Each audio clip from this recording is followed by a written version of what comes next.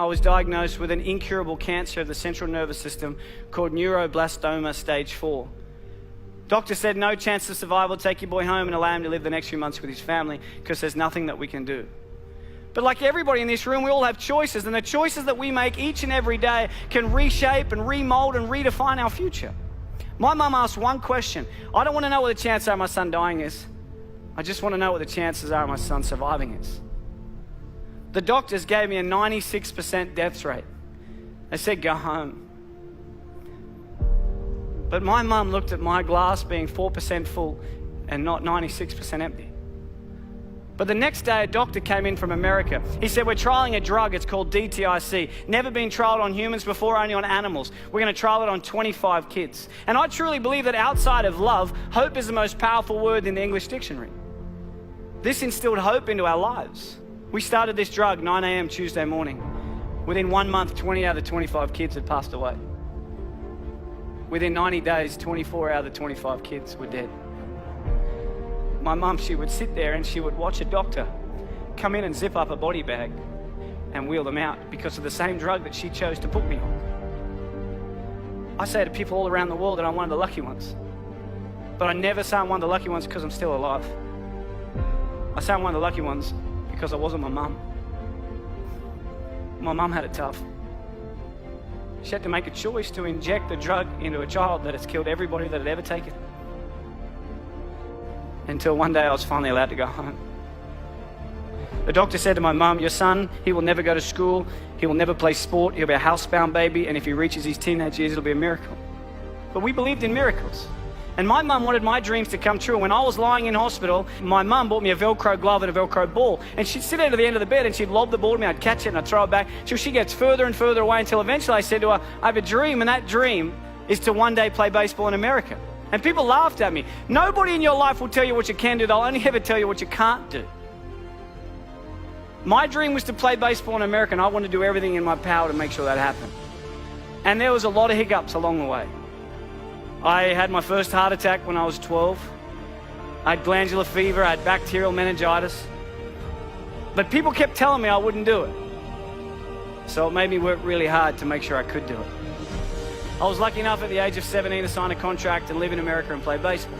But as you know, life is like a roller coaster. You can get to a pinnacle point in your life and it can get taken away from you in a heartbeat. At the age of 18, I was playing baseball in Phoenix, Arizona. I slid into a base at second and I woke up 3 days later. And at the age of 18, I suffered my career-ending heart attack and I was sent home. I was a depressed boy. I thought life wasn't fair. And I would pray every night, but I wouldn't wake up in the morning. I just wanted God to take me. But I kept waking up every morning. Yet every time I've been knocked down, I always remember what my mum's taught me. Son, it doesn't matter how many times you get knocked down. It's about how many times you get back up that truly determines the quality of your life. When I got home, I got a job in banking.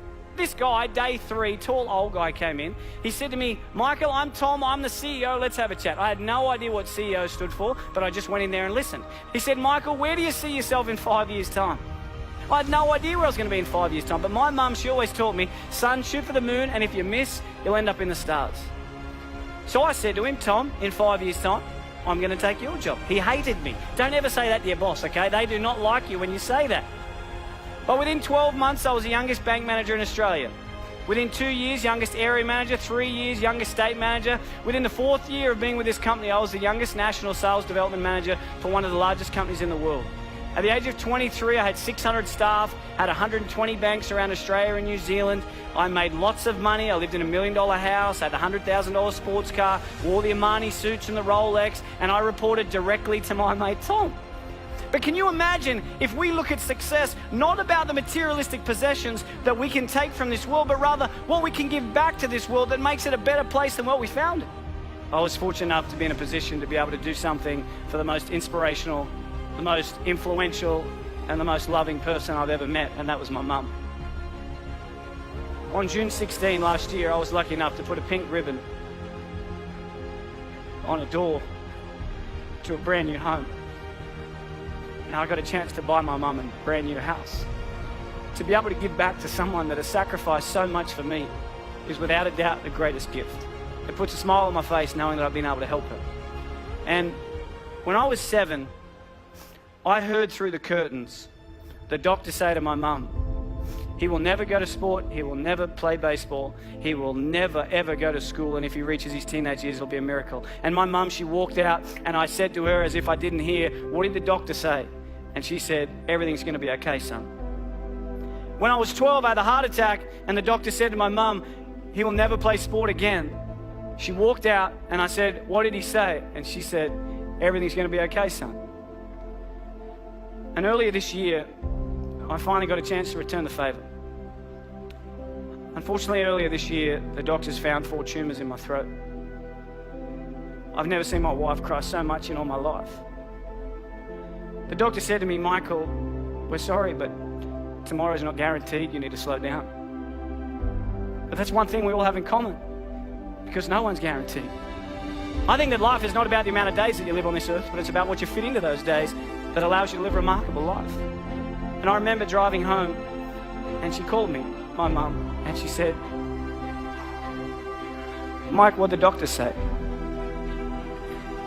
And I said to her, Mum, everything's going to be okay. Every one of us, every single day, is blessed with the air that we breathe, the opportunities that we have. And I challenge you every single day to get out of bed and do something that your future self will be proud of.